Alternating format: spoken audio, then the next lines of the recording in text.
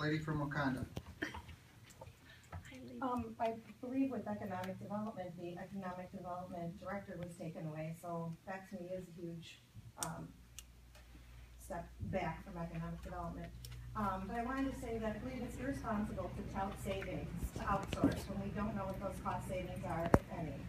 I also believe it's dangerous to present one side of the financial argument without weighing both the pros and cons of that decision. When you buy a car, a house, anything else, you weigh those pros and cons. That's just Finance 101.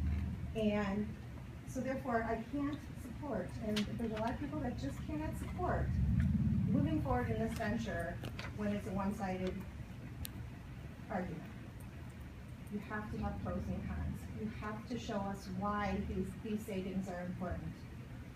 I also believe it's unethical for appointed positions on your cabinet, Mayor, to be sending out information regarding the 9/11 dispatch and they also have a clear political bias in mind. And is this to bolster their opinion, your opinion?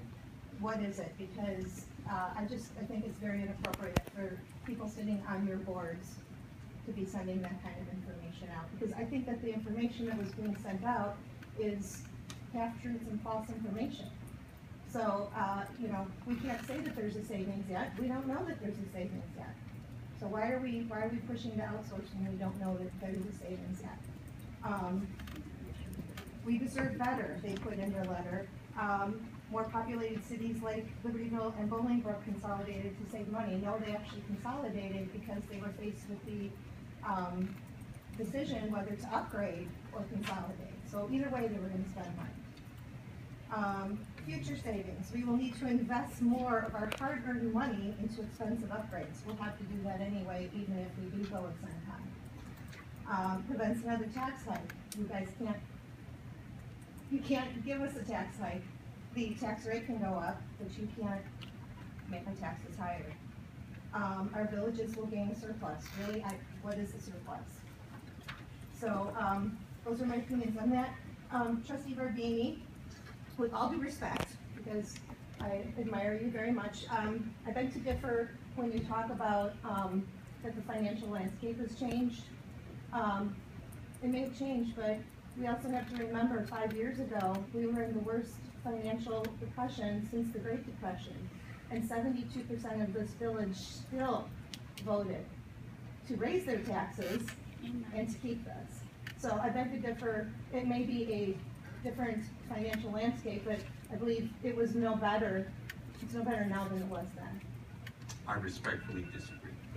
Okay, and if I could just ask one quick question, actually two quick questions. Has anyone from the village of Wauconda contacted anyone from the village of Lakemoor and told them to start looking elsewhere for dispatch services?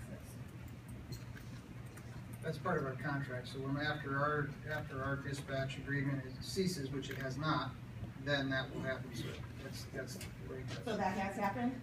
No, it's not. We haven't done that yet. It hasn't been voted on. It has not happened yet? So that's correct.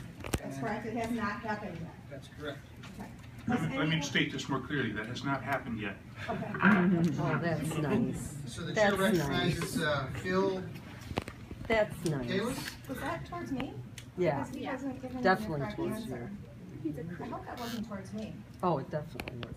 Okay. Your time has expired. It'll be online. And the chair recognizes Phil.